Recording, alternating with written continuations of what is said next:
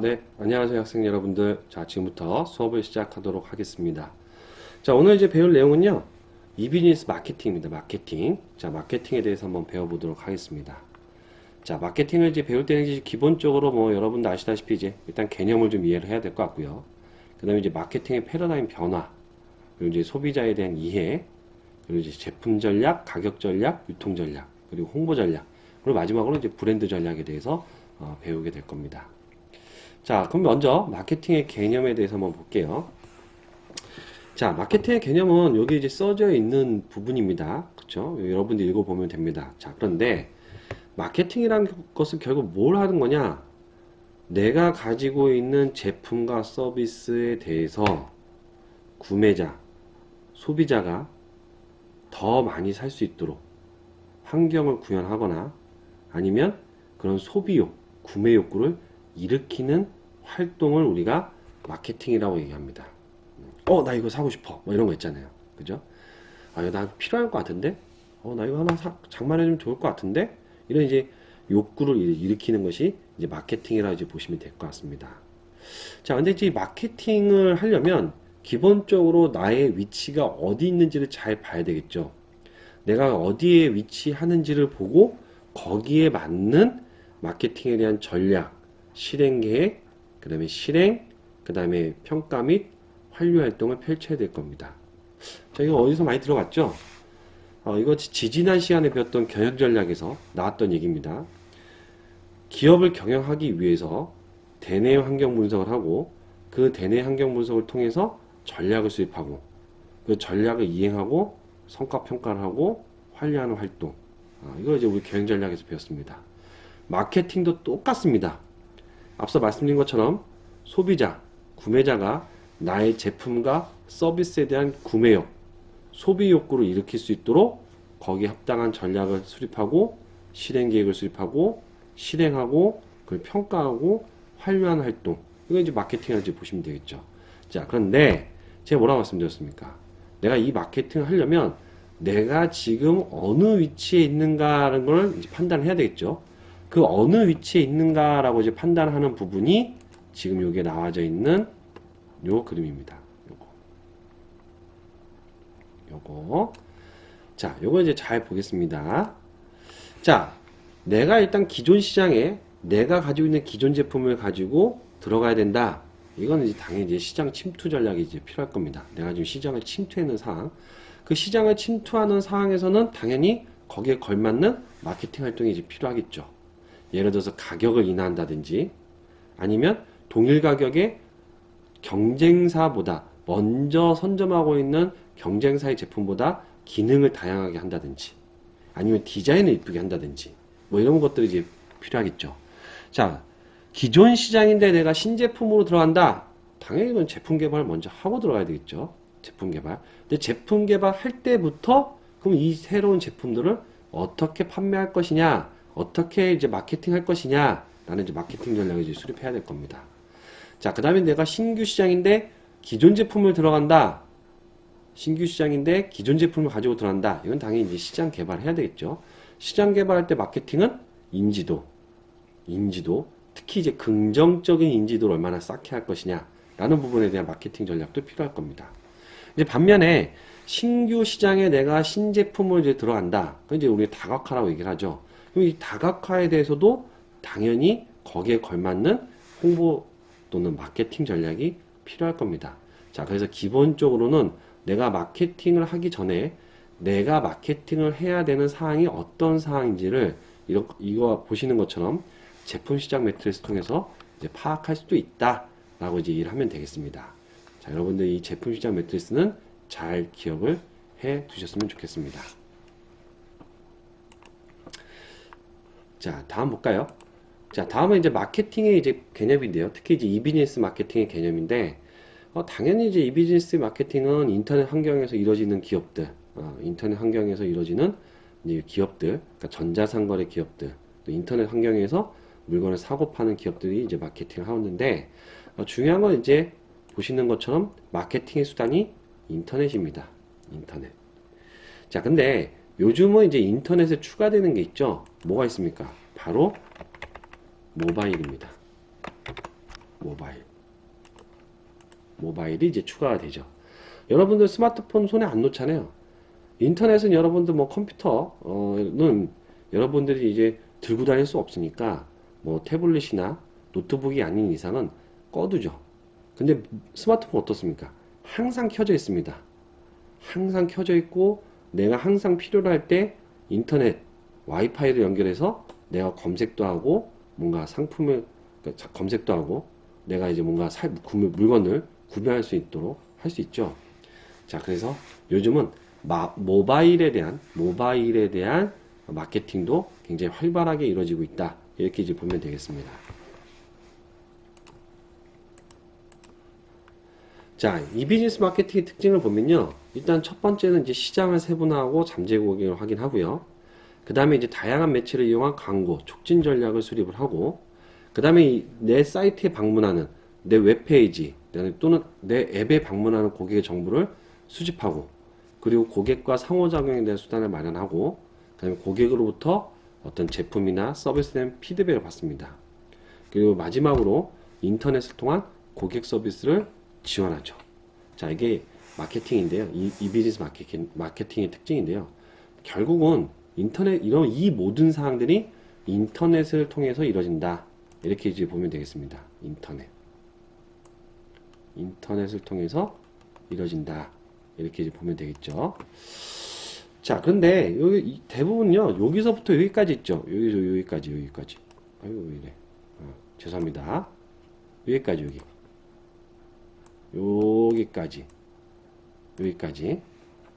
요만큼 고객으로부터 피드백 받는다까지는 일반적인 마케팅도 똑같습니다. 그러니까 일반적인 이 비즈니스가 아니더라도 일반적인 마케팅을 할 때에는 내가 들어가고자 하는 시장을 세분화하고 그 시장의 고객들이 누군지를 확인하고 그 고객들에 적합한 광고나 촉진 전략을 수립을 하고 그 고객들이 내 사이트를 방문했을 때 또는 나의 오프라인 매장을 방문했을 때의 정보들을 수집하고 그 정보들을 통해서 내가 고객과 상호작용이나 피드백을 받습니다. 그러니까 사실 이 비즈니스 마케팅이라고 해서 뭐 특별히 따로 있는 건 아니에요. 그러니까 인터넷 환경을 이용한다. 뭐 이거만 다를 뿐이지 실질적으로 마케팅에 대한 기본적인 활동은 동일하다고 이제 보면 될 것 같습니다. 자, 그래서 여러분들 그럼에도 불구하고 이 비즈니스 마케팅의 특징은 꼭 기억을 해주시면 좋겠습니다. 자, 요거 중요한데요. 이 비즈니스 마케팅의 요소입니다. 자, 이 비즈니스 마케팅의 요소는 4P가 있습니다. 제품, 가격, 유통, 홍보. 요거 꼭 기억하십시오. 마케팅의 전략을 수립할 때에는 제품의 특성, 가격의 특성, 유통망, 그리고 홍보를 어떻게 할 것인가, 이게 다 마케팅 전략 안에 들어갑니다.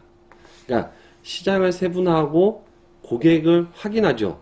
그러면 그 고객에 맞춰서 나의 제품을 어떻게 홍보할 것인지, 가격은 어느 정도 수준을 맞추는 게 좋을 건지, 그리고 유통을 어떻게 할 건지, 그리고 홍보는 어떤 수단과 어떤 내용을 하는 게 적합할 것인지, 이런 것들을 이제 확인을 해 봅니다.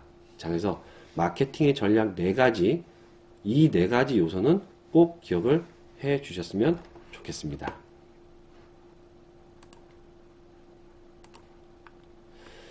자, 마케팅의 패러다임이 변한데요. 일단 마케팅의 패러다임 변화 중에 가장 중요한 것 중에 하나가 이제 생산지향적 사고입니다. 생산지향적 사고. 이거 잘 들으세요. 생산지향적 사고라고 하는 건 뭐냐면 20세기 초에 미국에서 나타난 이제 마케팅 철학인데, 일단은 제품과 서비스의 제조와 유통을 이제 강조해서 그 효율성을 개선하는데 주안점을 둔 이제 마케팅의 어떤 전략입니다. 그러니까 이게 무슨 얘기냐면 소비자의 욕구보다는 내가 이왕이면 적은 돈으로 많은 양을 생산하는 거, 그리고 많이 물건을 풀어서 많이 사게 하고 많이 판매할 수 있는 거, 이거죠. 그러니까 이 얘기 결국 무슨냐면 공급자 중심의 이제 마케팅했다 이겁니다. 살 거면 사, 뭐 이런 거 있잖아요. 살 거면 사, 이런 거. 근데 이 시절에 이런 이유가 가능했던 건 뭐냐면 경쟁자들이 별로 없었어요. 경쟁자들이 별로 없었고 시작하는 사람이 시장을 선점하고 거기에 따라서 이제 물건을 이제 사고 팔고 영리 활동을 취했기 때문에 경쟁자가 없는 상황에서는 소비자가 내 것밖에 살 수밖에 없죠. 그러니까 내 중심으로 흘러갈 수밖에 없습니다. 그래서 이제 생산 지향적인 이제 사고가 나타났고요. 그 다음에 이제 나타났던 거는 이제 판매 지향적인 사고가 나타났습니다. 그러니까 판매 지향적인 사고는 뭐냐면 무조건 많이 사게 하는 거. 노출을 많이 한다든지 아니면 유통망을 확대한다든지 물건을 많이 판매하는 거에 이제 초점을 뒀죠. 요거는 일단 기본적으로는 판매량을 증가시키기 위한 이제 판매 기술 쪽에 이제 초점이 맞춰져 있었던 거고, 요 역시나 앞에 보셨던 생산지향적 사고와 동일하게 소비자 욕구나 선호보다는 일단 많이 파는 거에 일단 가장 중점을 두고 있습니다. 요즘도 이제 이런 판매지향적 사고가 아직 남아 있습니다. 없어졌다고 할 수는 없고요. 그래서 일단 많이 판매하는 거에 초점을 두는 거라고 이제 보시면 될 것 같아요. 판매량을 증가시키기 위한 활동들, 자, 이런 거라고 이제 보시면 되고요. 자, 그 다음에 이제 나오는 게 고객지향적 사고입니다. 요거는 판매 지향적 사고가 나타났을 때부터 경쟁자들이 많아지기 시작했어요. 그러니까 경쟁자들이 많아지다 보니까 내가 일단 시장 점유율을 확대하는 게 굉장히 중요했습니다. 그러다 보니 이제 판매 지향적 사고의 마케팅 활동이 이제 이루어졌는데, 이제 문제는 뭐냐면 경쟁자도 많아졌지만 이거를 구매하고자 하는 소비자, 고객들이 굉장히 똑똑해졌습니다. 왜? 우리가 후기, 댓글, 그 다음에 이제 고객평, 이런 거를 달 수 있잖아요. 뭘 통해서? 인터넷과 모바일을 통해서. 그러니까 예전에는 판매 지향적 사고를 했을 때, 그 당시에도 소비자에 대한 욕구나 이런 것들 생각하지 못했던 이유는 뭐냐면, 소비자들이 자기의 생각, 이 물건을 사고 쓴 거에 어떤 자기의 생각을 표현할 데가 없었습니다. 그러니까 아쉬워도 참고 있었던 거예요. 그런데 이제 모바일, 인터넷이 이제 발전하면서 이제 판매를 하는, 그러니까 그 물건을 샀을 때 고객들이 느끼는 점을 블로그, 댓글, 막 이런 식에다 막 글을 올립니다. 그러니까 어떻게 돼요? 이제 더 이상 물건을 많이 파는 거에 초점을 둘 수도 없는 거예요. 왜? 내가 고객의 선호하는 것을 캐치하지 못한 상태에서 물건을 많이 팔아봐야 결국은 고객들이 그 느끼는 점들에 대해서 어딘가는 구전, 사람들한테 알림을 해서 나의 상품이나 서비스에 대한 문제점을 지적할 거니까. 그래서 이제 나왔던 사고가 고객지향적 사고입니다. 근데 이거는 이제 경쟁자도 많아지고 물건은 많이 팔아야 되는데 고객들이 굉장히 똑똑해졌으니 이제는 고객의 욕구에 충족하는 마케팅을 해야지만 내가 물건을 팔 수 있겠다. 이 얘기입니다. 그래서 이제 고객의 욕구를 이해하고 반응하는 데 이제 초점을 두고 있고요. 그 다음에 이제 이 고객 욕구에 반응할 수 있도록 조직 활동도 이루어지고요. 그죠? 그리고 이 고객 욕구를 충족시켜서 사회적이고 인간적인 것, 즉 사회 공헌적인 부분까지도 이제 포함을 시켜야 되는 상황이 생긴 겁니다. 기업 이미지 때문에. 그리고 이런 고객 욕구에 의해서 나타나는 사회적 결과, 긍정적인 영향, 이미지, 이런 것들도 관심을 두기 시작합니다. 그래서 여러분들, 우리 이제 광고를 보면 제품에 대한 광고도 있지만 삼성이나 SK나 이런 데들은 어떤 광고도 합니까? 공익 광고도 하죠.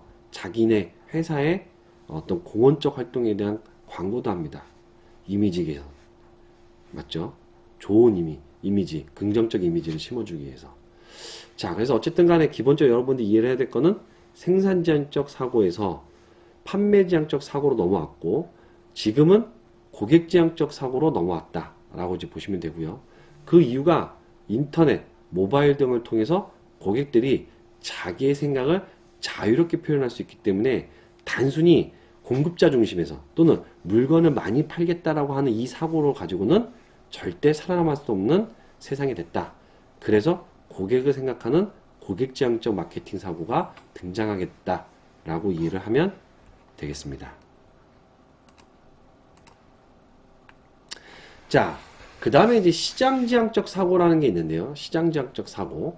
이거는 이제 뭐냐면, 앞에서 보셨던 이제 세 가지 사고, 그러니까 우리 이제 생산지향적, 판매지향적, 고객지향적 사고, 이런 이제 취약점도 이제 고려한 다음에, 그 다음에 이제 이 고객지향적에 대한 장점을 만들어서 이제 시장에 대한 부분에 그 시장에 적합한 시장 환경에 따른 어떤 이제 마케팅으로 넘어갔다라는 부분입니다.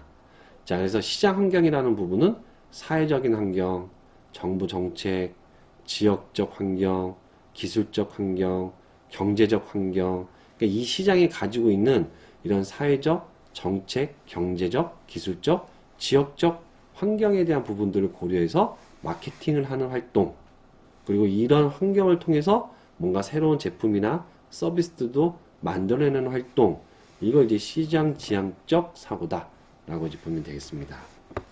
근데 저는 일단 기본적으로 시장 지향적 사고도 이제 굉장히 중요하다라고 생각을 하긴 하는데, 그럼에도 불구하고 저의 사견으로는 고객 지향적 사고의 마케팅이 더 중요하다라고 생각을 하고 있는 부분이 있습니다. 이건 제 순전하게 제 사견입니다.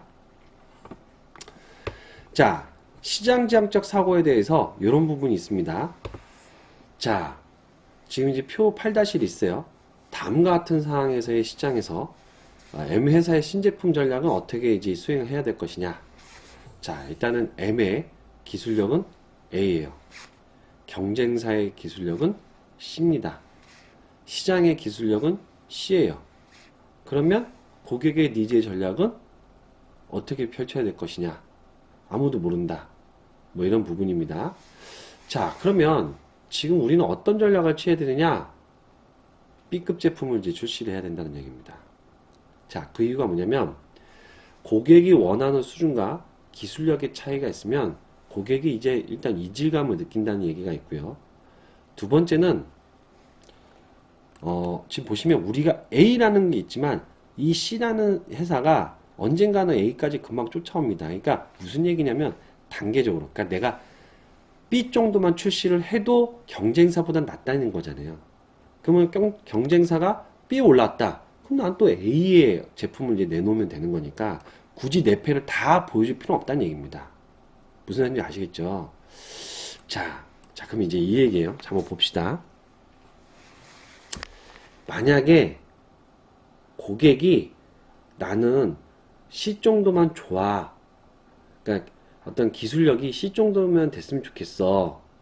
라고 생각을 한다면 우리는 C 또는 B 정도의 기술력을 가지고 제품을 출시하고 마케팅을 해도 된다는 예제입니다. 무슨 말인지 아시겠죠? 자, 그러면 왜 기술력이 A가 있음에도 불구하고 A를 안 내놓느냐? 여기 이제 설명이 되어 있지만 가장 큰 문제는 뭐냐면 내가 A 정도 수준의 기술력을 가지고 제품을 내놓게 되면 그만큼의 투입되는 비용도 굉장히 많습니다. 그 A라는 기술력을 유지하기 위해서. 그래서 경쟁사보다는 조금 더 난 B 정도를 해야지만 A보다는 투입되는 비용이라든지 자원이 적겠죠. 효율성이 있다는 얘기입니다. 자, 그래서 우리가 가지고 있는 기술력이 있다 하더라도 경쟁사의 수준, 시장에서 요구하는 수준, 고객의 수준을 이제 보고 판단해서 우리가 제품에 대한 전략을 수립을 해야 된다. 마케팅에 대한 전략을 수립을 해야 된다. 이렇게 이제 보면 되겠습니다. 이게 시장지향적 사고입니다. 그러니까 고객만 생각하지 않는다는 얘기예요. 고객뿐만 아니라 나, 경쟁자, 시장 환경을 모두 고려해서 고객에 부합되는 마케팅 전략을 수립하는 것. 이게 이제 시장지향적 사고입니다. 자, 전자상거래 소비자에 대한 이해를 한번 볼게요. 자, 목적적 전자상거래 소비자, 탐색적 전자상거래 소비자, 눈요기 전자상거래 소비자, 이런 게 있습니다. 자, 이거는 뭐 여러분들 어떤 걸 얘기하는 거냐면 목적적 전자상거래 소비자들은 내가 구매를 하겠다는 게 목표가 또렷해요. 나는 이거를 어떤 돈을 지불하더라도 난 살 거야. 이런 사람은 이제 목적적 전자상거래 소비자입니다. 그러니까 있으면 무조건 사는 사람들이에요. 가격을 떠나서 내가 필요로 하기 때문에. 근데 탐색적 전자상거래 소비자는 일단 기본적으로 내가 이게 필요하진 않은데 내가 꼭 사면 좋을 것 같아. 근데 사면 좋은데 이럴 경우에 여러분들 판단하는 기준이 뭡니까? 가격이 좀 저렴했으면 좋겠죠. 그래서 막 돌아다닙니다. 막 돌아다녀요. 그래서 가격을 비교한다든지 또는 내가 요구하는 부분에 기능적 부분이 또 어떻게 구현되고 있는지 이런 걸 막 탐색하는 고객들이 있습니다. 그래서 이건 탐색적 전자상거래 소비자라고 그러고요. 그 다음에 눈여기 전자상거래 소비자는 뭐냐면 충동구매 하시는 분들이에요. 충동구매. 그러니까 앞에 목적적이나 탐색적은 내 목적을 두고 내가 구매에 대한 그 필요해서 이제 구매가 이루어지는데 눈여기는 그냥 쭉 보다가 필요한데 하나 살까? 뭐 이런 거. 그러니까 굳이 내가 이걸 사겠다는 목적은 없어요. 근데 내가 충동 구매로서 내가 사는 경우 이런 이제 능력이 전자상거래 소비자가 있습니다. 자, 여러분들 요 세 가지도 잘 기억을 해 두셨으면 좋겠습니다. 전자상거래 소비자 분류. 네, 좋습니다. 자, 그러면 일반 소비자의 구매 결정을 볼게요. 아, 난 이제 물건을 사야 되겠어. 어떤 물건이 좋을까? 내가 블로그도 보고 댓글도 보고 후기도 보고 정보 검색을 합니다. 검색하고 나서 야, 그러면 내가 A사 제품을 살까? B사 제품을 살까? 또는 제품이 하나밖에 없다. 그럼 내가 이걸 살 거냐 말 거냐? 뭐 이렇게 이제 대안에 대해서 뽑아놓고 그 대안을 가지고 평가합니다. 가장 나의 기준에 부합되는. 내가 만약에 가격이다 라고 하면 A사, B사 제품이 있다 하더라도 가격이 저렴한 걸 이제 살 거고요. 맞죠? 내가 살 거냐 말 거냐 할 때도 내 기준이 가격이다라고 한다면 가격에 의해서 안 비싸면 살 겁니다. 그러니까 내가 필요성, 내가 이 제품을 사야 돼 필요성을 인식하고 정보를 검색해서 내가 살 거냐 말 거냐 아니면 A 살 걸 살 거냐 B 살 걸 살 거냐 뭔가 대안들을 만들어서 평가하고 선택을 하게 되는데 그 평가의 기준은 선택의 기준은 구매자가 결정하는 겁니다. 난 가격이야. 난 디자인이야. 난 희소성이야. 나는 기능이야. 이런 거죠. 자, 그래서 대안평가, 절충 및 선택에 있어서의 기준은 구매자가 결정한다. 자, 그러고 나서 이제 구매하겠죠. 사겠죠. 그 다음에 배달을 받겠죠. 배달을 받은 걸 가지고 요즘 뭘 하느냐? 평가를 합니다.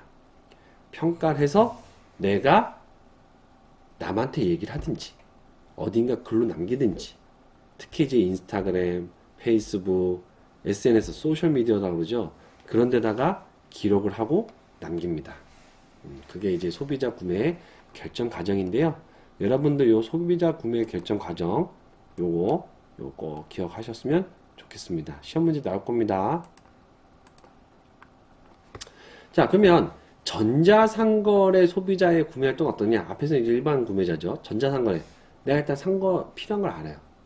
필요한 걸 알고 상품 중개, 상인 중개, 협상, 구매 및 배송, 제품 서비스 평가 이렇게 얘기를 하는데 저는 개인적으로는 전자상거래 소비자도 일반 구매자의 구매 결정 과정과 대동소이합니다. 똑같습니다.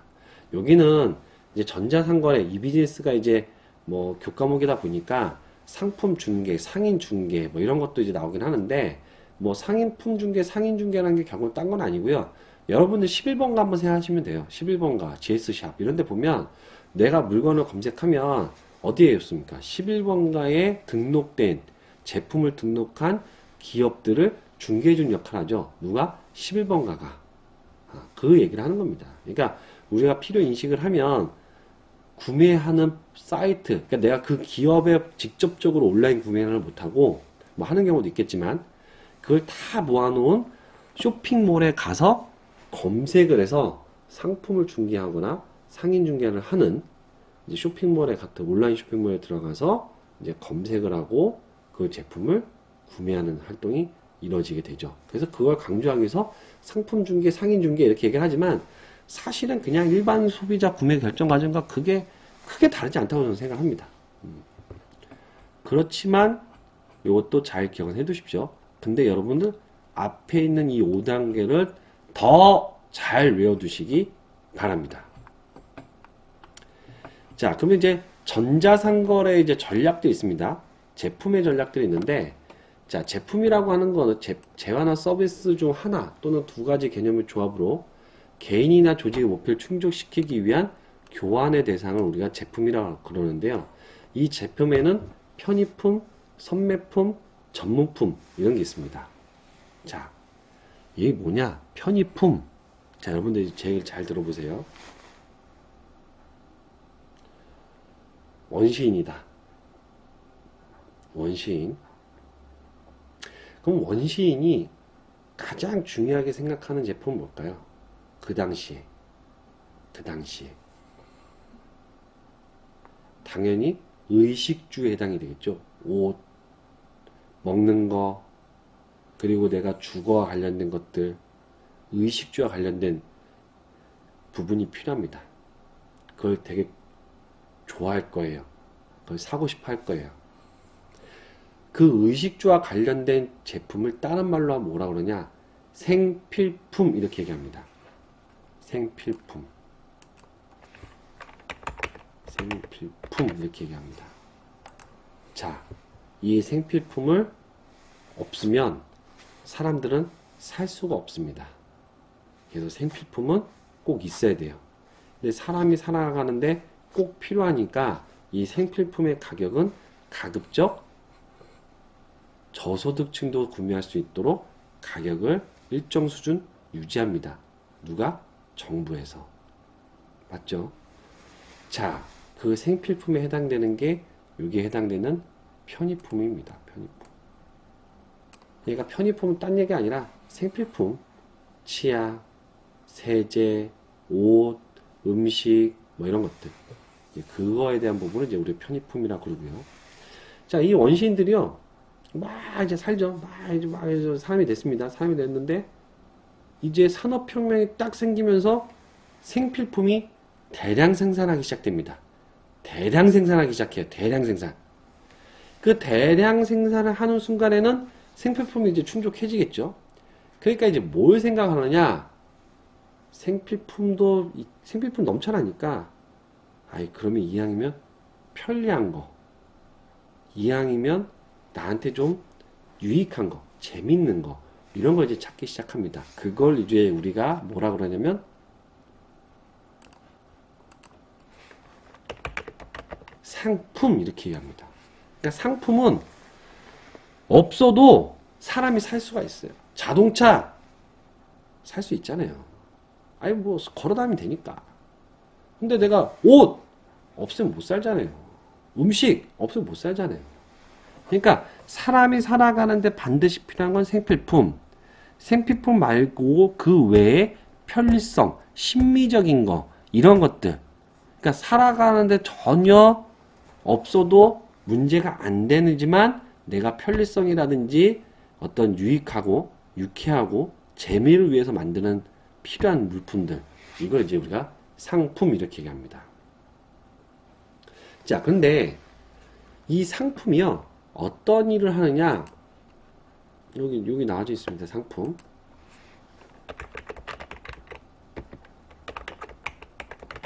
이런 얘기가 있습니다. 상품의 생필품하다. 자, 이게 무슨 뜻이냐? 상품이 이제 저변의 확대가 돼서 너도 나도 다 갖고 있으면 생필품화 됩니다. 가장 대표적인 게 뭐죠? 핸드폰. 핸드폰은 생필품이 아니에요, 원래. 없어도 충분히 살 수 있어요. 충분히 살 수 있는데 요즘 어떻습니까? 없으면 죽을 것 같아요. 내가 학교 가려고 나왔는데 집에 핸드폰을 놓고 갔다.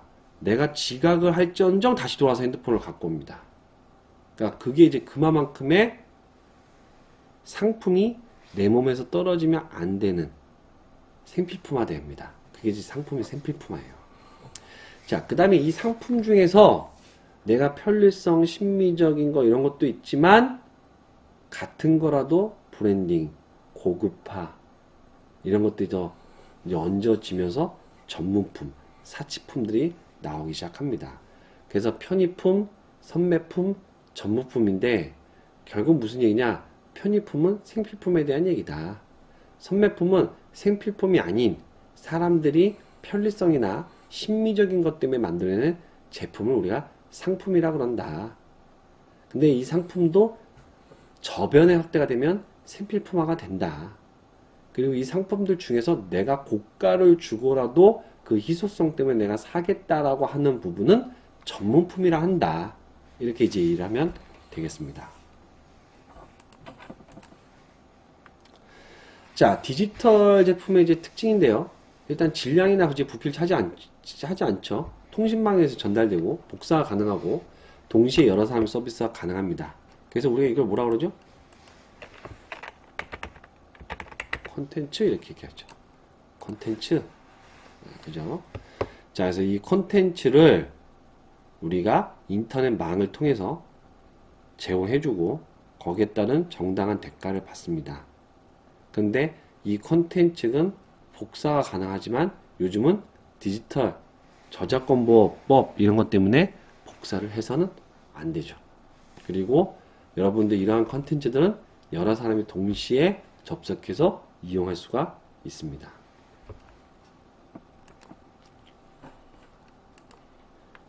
자, 그 다음에 이제 제품 전략을 이제 보면 제품 수명 주기가 있어요. 그래서 도입기, 성장기, 성숙기, 세태기. 이거 여러분들 알죠, 이거? 제품 수명 주기. 이제 배웠을 건데. 예, 이렇게 이제 시야 여기 X축, Y축이 있으면, 자, 신제품이 어디서 시작합니까? 이렇게 있어요. 이건 T, 이거는 머니에요. 자, 그러면 신제품 어디 들어갑니까? 어디서 시작해요? 여기서 시작해요, 여기서. 뭐냐? 마이너스에 마이너스. 왜? 개발 비용이 들어가니까. R&D 비용이 들어가니까. 그래서 이렇게 옵니다. 그래서 시장에 출시가 돼요. 여기가 출시가 되는데 이렇게 올라가죠. 도입기입니다. 도입기. 그런데 도입기인데 이렇게 돼 있어요. 이게 뭐냐? 낭떠러지가 있어요. 낭떠러지. 이렇게 떨어져요. 이렇게. 이게 왜 떨어지느냐? 사람들이 외면하는 경우. 그래서 도입기에서 가장 중요한 건 뭐냐면 이 낭떠러지를 건너뛰어서 성장 단계로 돌아가는 것을 굉장히 중요하게 생각합니다. 그래서 이 낭떠러지 떨어지지 않게 하는 활동 중에 하나가 여러분들 지금 배우고 있는 마케팅입니다. 자, 그럼 마케팅을 통해서 이 부분에 대해서 도입기가 성장 단계로 이제 들어오고요. 성장해서 이렇게 이제 세태하는 이렇게 되죠. 이렇게 되겠죠. 도입기, 성장기, 성숙기, 세태기 이렇게 됩니다. 맞죠? 거기에 해당이 됩니다. 자, 그러면 내가 마이너스인데 일정 부분 수익이 요 기울기만큼 얻게 된다. 그럼 이제 뭐라 그러죠? 그걸 손익분기점이라고 얘기합니다. 손익분기점. 그러니까 내가 연구 투자한 어떤 이제 이 상품 서비스를 출시하는데 이제 들어간 재원을 투입된 돈을 그대로 가지고 오는 거, 회수하는 거. 이제 이거를 이제 우리가 회수하는 그 시점을 우리가 손익분기점 이렇게 얘기합니다. 자, 그래서 여러분들 요거 제품 수명주기 요거 4단계 꼭 기억을 하십시오. 아셨죠? 네, 좋습니다. 자, 그 다음에 이제 제품 전략별 이제 특징에 따라서 도입기, 성장기, 성숙기, 세태기별로 이제 거기에 해당되는 가격이라든지 유통망이라든지 광고 활동이라든지 판촉 활동에 대해서는 꼭 읽어보시길 바랍니다. 자, 신제품 전략이다. 자, 신제품 전략이라는 건 뭐냐면요. 아까 보셨죠? 내가 기존에 있었던 시장 또는 신규 시장에 대해서 내가 하지 않았던 거를 새롭게 들어가는 거. 들어갈 때는 당연히 신제품 전략이 있어야 되겠죠. 그죠? 자, 신제품 전략은 이제 불연속형 혁신 전략이 있고요. 신제품 라인 확장 전략이 있고요. 기존 상품 라인 확장 전략이 있고, 기존 상품의 개량 전략이 있고, 재포지셔닝 전략이 있고, 저가격 지향 전략이 있습니다. 이거 뭐 여러분들 잘 읽어보시면 알 것 같아요. 자, 그래서 여러분들 제가 시험 문제 낼 때 다음 중 기존 브랜드명을 사용하면서 완전히 신규 상품 라인을 만드는 이 활동을 뭐라고 그럽니까? 라고 하면 신제품 라인의 확장 전략이다. 이렇게 제시를 해야 됩니다. 아셨죠? 네, 좋습니다.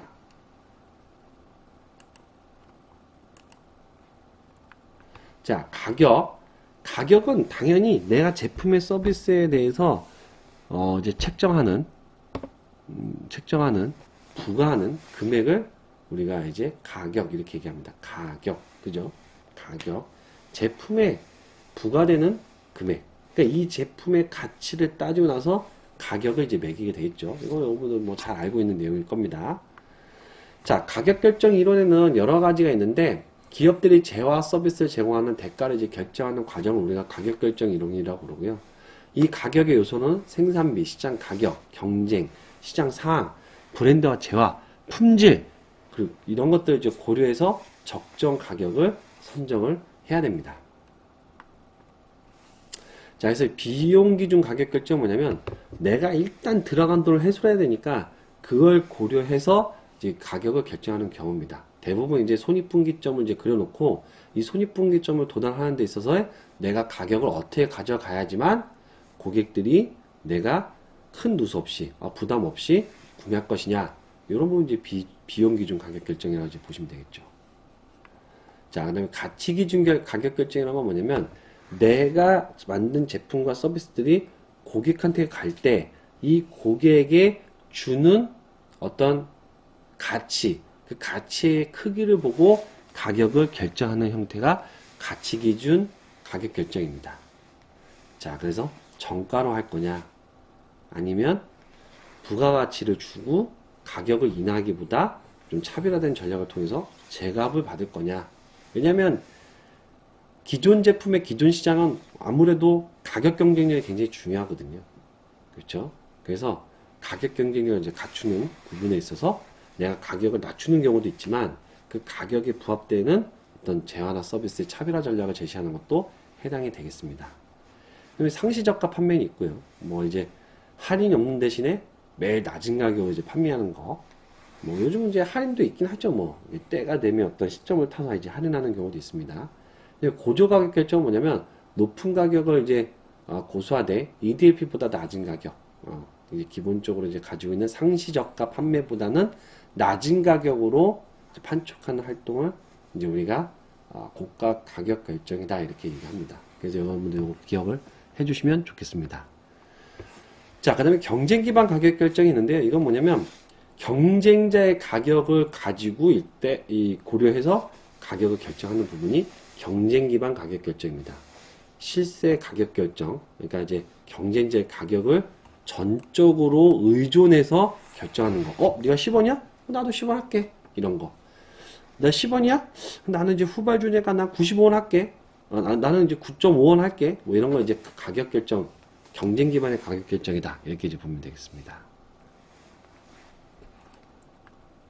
자, 가격 결정 요인에는 여러 가지가 있는데요. 일단 기본적으로 가격 인하 압력이 있습니다. 고객들이 원하는 경우. 이제 최저 가격으로 검색하도록 해서 내가 싸게 이걸 주겠습니다라는 어떤 홍보, 마케팅을 통해서 구매력을 높이는 거. 다음에 이제 가격을 이제 유지하기 어려운 부분이 있죠. 일단 가격 인하 압력이 있으면 그 가격을 이제 유지를 해줘야 되는데 그걸 이제 어떻게 유지할 거냐. 그러니까 가격은 인하하려면 당연히 거기에 투입되는 비용이나 인력도 이제 줄어들 수밖에 없는데 그걸 이제 줄어들었다 하더라도 우리가 원래 당초 받았던 그 가격에 준하는 품질과 서비스를 마련하는 거, 이게 굉장히 중요했습니다. 나머지 이제 읽어보면 될 것 같고요. 뭐 적은 비용에 대해서는 뭐 주문 처리 경비 절감이라든지 재고 비용 절감을 통해서 우리가 이제 가격들에 대한 가격을 자꾸 이제 낮추는 노력을 할 수 있다 이런 거죠. 그러니까 내가 100원 받아야 되는데 내 업무 프로세스 개선이라든지 경비 절감을 통해서 내가 90원에 받을 수 있게 만드는 거, 뭐 이렇게 보시면 되겠습니다. 90원에 받아도 하등 손해가 안 생기게, 맞죠? 자, 그 다음에 이제 원가 상승 요인들이 있는데 뭐 이런 것들은 이제 강약들이 이제 올라갈 수밖에 없는 상황이죠. 고정비가 올라간다든지 뭐 마케팅비나 광고비가 뭐 과다하게 들어간다든지 뭐 이런 겁니다. 이런 거 한번 얘기해 보시면 되고요. 중요한 거는 가격 인하압력, 특히 이제 적은 비용, 그 다음에 마지막에 원가 상승 요인, 이렇게 세 가지에 대해서 여러분들이 기억하면 되겠습니다. 자, 그 다음에 이제 가격 결정 전략이라는 게 뭐냐면 초기에는 이제 고가 전략으로 이제 가는 부분이 있고, 침투 가격 전략은 이제 경쟁자보다 가격을 낮추는 게 있고, 프로모션 가격은 그대로 유지한데 이걸 구매했을 때 뭔가 인센티브, 프로모션을 통해서 금전적인 보상을 주는, 이걸 이제 우리가 프로모션 가격 전략이라고 합니다. 프로모션 가격 전략을 취해서 프로모션에 해당되는 뭔가 어떤 제품이나 이런 것들을 준다 하더라도, 뭐 프로모션을 준다 하더라도 이익에 전혀 손해되지 않게 설계를 해서 프로모션 가격을 끌고 가겠죠. 맞죠? 네. 자, 전자상거래 유통 전략을 이제 보면, 이제 물류라는 부분이 있고요. 물류는 이제 물적 유통, 약자로서 수송, 하역, 보관, 포장 등을 우리가 물류라고 얘기합니다. 이거 관련해서 오늘 과제 나갑니다. 그래서 여러분들 이번 주까지 과제를 완료해서 사이버 캠퍼스에다가 과제를 등록하면 되겠습니다. 물류와 관련된 내용입니다. 요즘 핫한 거를 여러분들 조사를 해서 내용과 사례 조사를 통해서 정리를 해갖고 과제를 제출하면 됩니다. 그 자세한 거는 과제 게시판에 올려놓도록 하겠습니다. 자, 물류의 원칙은 3S1A입니다. 신속, 안전, 낮은 가격, 정확. 이거 꼭 기억하십시오. 물류의 원칙입니다. 물류의 원칙. 꼭 기억하십시오. 이거 아주 중요한 내용입니다. 신속하게 갖다 준다. 안전하게 갖다 준다. 이왕이면 물류 비용을 낮춰준다. 그리고 정확한 배송지에 정확하게 갖다 준다. 요겁니다.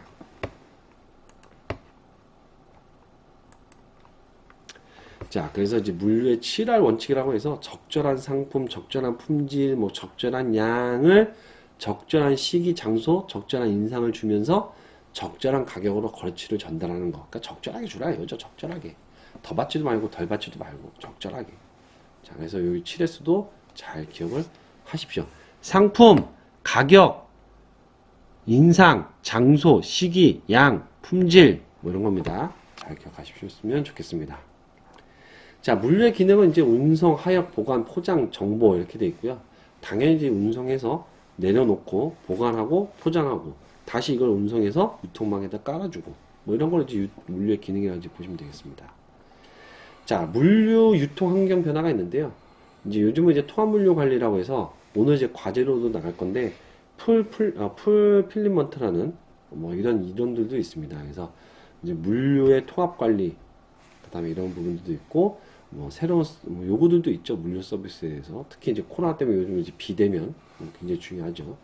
그래서 이제 국제 특송 시장, 이제 해외 수출이 많아지다 보니까 국제 특송에 대한 시장이나 이런 것들, 그다음 유통 부문 이런 것들도 해당이 되겠습니다. 자, 홍보 전략인데요. 인터넷 광고라고 하는 건 이제 결국 이제 광고 활동이 인터넷에서 하는 건데 여기 보시는 것처럼 장점과 단점이 있습니다. 특히 이제 단점을 봐야 될 필요가 있는데요. 일단 기본적으로 이제 우리가 하고자 하는 이제 인터넷 광고의 시장 크기가 굉장히 큽니다. 불특정 다수다 보니까 그래서 시장 크기를 이제 측정하기 어렵고 측정 기준에 대한 어떤 표준이나 방법들을 이제 명확하게 정립할 필요가 있겠습니다. 자, 그 다음에 현실적으로 이제 소비자가 광고만을 구매하기는 한계가 있으니까 광고만을 보고 구매하는데 바로 이어지기는 굉장히 어렵다. 뭐 이런 얘기입니다. 그래서 여러분들 다른 거 말고 인터넷 광고의 개념 중에서 단점 부분을 잘 기억하셨으면 좋겠습니다. 자, 그래서 인터넷 광고의 개념은 이제 푸시형이 있고 이제 풀형이 있고요. 푸시형은 이제 막 그냥 밀어 넣는 거예요. 그냥 광고 노출 많이 하는 거고, 풀형은 뭐냐면 이제 뭐 후기 뭐 그런 것도 있죠. 고객과의 이야기 뭐 이런 것들 이제 풀형 광고라고 합니다. 이제 고객 맞춤형으로 광고하는 거. 푸시형은 맞춤형보다는 뭐 일단 맞추긴 하겠지만 대량으로 이제 광고를 이제 많이 내보내는 거. 이거 이제 푸시형이라고 이제 보면 되겠습니다. 자, 그래서 배너 광고도 있고요. 스폰서십 광고라고 해서 특정 스폰서 이익의 콘텐츠 로고나 표시를 해서 콘텐츠 하는 거. 여러분들 이제 가장 많이 본 게 유튜버 같은 거 있죠. 유튜브에 이제 그 스폰서 받은 이제 기업들이 로고를 새긴다든지 뜬다든지 이런 것들. 이제 그게 이제 스폰서십 광고라고 이제 보시면 되고, 이번에 이제 VJ들이 이제 말씀했던 게 뭐냐면 스폰서십이 분명히 있음에도 불구하고 마치 내가 내 돈 주고 내가 이제 이 방송을 끌고 하는 것 마냥 이제 이런 것 때문에 좀 문제가 됐었죠. 자, 그 다음에 이제 틈새 광고, 스플래시 스크린, 인터머셜이라고 해서 이제 뭐 페이지 넘길 때 중간중간에 보여주는 거, 특히 오락할 때, 공짜 오락할 때 이런 거 많이 나오죠. 내가 한 판 깨면 다음 판 넘어갈 때 광고를 보게 한다든지 이런 것들. 이런 걸 이제 스플래시 스크린이라고 하고요. 그 다음에 이제 인터머셜이라고 하는 건 뭐냐면 스플래시 스크린처럼 이제 중간에 표출되거나 광고의 메시지가 고정되어 있지 않고 게임을 하더라도 클릭을 해서 광고를 자꾸 유도하는 거. 뭐 이런 것들 이제 우리가 인터머셜 이렇게 얘기합니다. 자, 스폴리싱이라고 해서 이렇게 이제 광고에다가 이제 스폰서, 이제 배너 이런 것들 이제 올려주는 게 있고요. 그 다음에 이제 이벤트 같은 거, 이벤트 같은 것도 해당이 됩니다. 온라인 이벤트.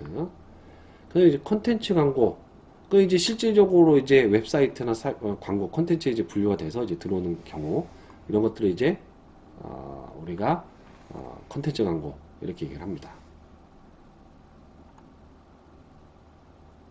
네, 좋습니다.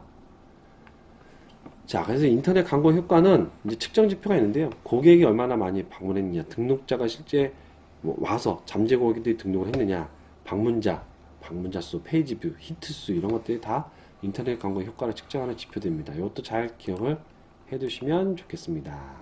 이거 꼭 기억하십시오. 요거 고객, 등록자, 방문자, 페이지 뷰, 히트 수 이런 거. 네, 좋습니다. 자, 그다음에 이제 마지막으로 이제 브랜드 전략인데요.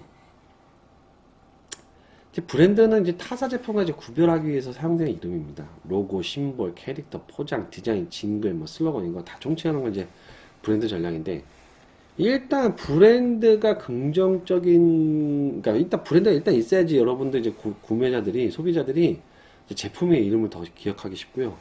그 다음에 이제 브랜드로 인해서 희소성이라든지 이런 것들을 이제 가정함으로써 고가 전략도 펼쳐나갈 수도 있다. 이런 겁니다. 예를 들어서 에르메스, 샤넬 이런 것들. 브랜드 보고 고가를 지불하더라도 내가 사잖아요. 그죠? 그래서 브랜드 전략, 또 브랜드 제품이 있어야 된다. 이렇게 이제 보시면 될 것 같습니다. 자, 그래서 이제 브랜드 인지도가 이제 굉장히 중요한데, 브랜드 인지도 수준은 보조인지, 상기, 최초 상기라고 해서 보조인지는 뭐냐면, 그런 게 있었네. 이런 거고, 비보조 상기는 내가 이런 보조적인 인지가 아니라 실제적으로 내가 알게 되는 거, 그 알게 되는 거, 직접 브랜드를 사용하지 않아도 연상시키거나 내가 알게 되는 거, 이런 것들. 그 다음에 최초 상기는 뭐냐면 무조건 내가 이 제품이다라고 하면 그 기업을 먼저 떠올린다거나 내가 이걸 사야 되겠다라고 하면 뭐 그 제품이 바로 머릿속에 떠올린다든가 이런 걸 이제 우리가 최초 상기 이렇게 이제 보시면 되겠습니다. 자, 그래서 브랜드 확장을 하게 되는데요. 브랜드 확장이란 이제 기존 브랜드를 가지고 다른 제품에 붙이는 것. 그러니까 뭐 카카오톡, 카카오뱅크, 카카오 뭐 펀 이런 거 있죠. 이런 거 다 이제 브랜드를 확장하는 형태라고 이제 보면 되겠습니다. 브랜드 확장에 이제 장점이 있는데요. 잘 기억하십시오. 네. 일단 기존에 이제 브랜드가 이미 어느 정도 자리가 잡혀져 있었기 때문에 신규 시장 진출할 때는 굉장히 용이하고요. 그 다음에 이제 브랜드가 이미 가지고 있는 상황이기 때문에 또 초기 비용이나 상대적으로 이제 비용이 이제 축소가 될 수도 있습니다. 그 다음에 이제 새로운 브랜드를 만들 때는 당연히 돈과 시간과 이런 것들이 이제 많이 들어가기 때문에 이런 부분들을 절감하는 노력도 이제 반드시 필요하다라는 거고, 또 이런 브랜드가 표정면에 이제 로고가 사기거나 회사명이 들어가기 때문에 기업 이미지라든지 간접적인 광고 효과도 건들 수 있겠다. 이렇게 이제 보시면 되겠습니다. 자, 도메인 선정 이름은 뭐 이렇게 돼 있고요. 그래서 여러분들 뭐 아시잖아요. 뭐 용인 유니버서 뭐 용인 AC.kr 이런 거 다 도메인이죠. 그래서 일단은 고객들이 기억하기 쉬운 도메인들을 따서 내가 거기 이제 활용하는 부분이라고 이제 보시면 되겠습니다. 자, 그 다음에 이제 아예 내가 차별화가 필요해서 기존에 있었던 브랜드를 버리고 새로운 브랜드를 이제 개발하는 경우도 있고요. 그 다음에 이제 브랜드를 이제 공용하는 경우도 있습니다. 그래서 이제 무슨 얘기냐면 똑같은 브랜드나 이런 걸 가지고 두 개의 회사가 같이 쓰는 케이스 이런 것도 있다라는 거 이해하시면 되겠습니다. 네. 여기까지가 오늘 배울 내용입니다. 자, 여러분들 이제 고생 많으셨고요. 과제는 제가 분명히 올린다고 이제 말씀드렸으니까 우리 과제 게시판에 꼭 들어가셔서 확인해 주시길 부탁드리겠습니다. 자, 고생하셨습니다.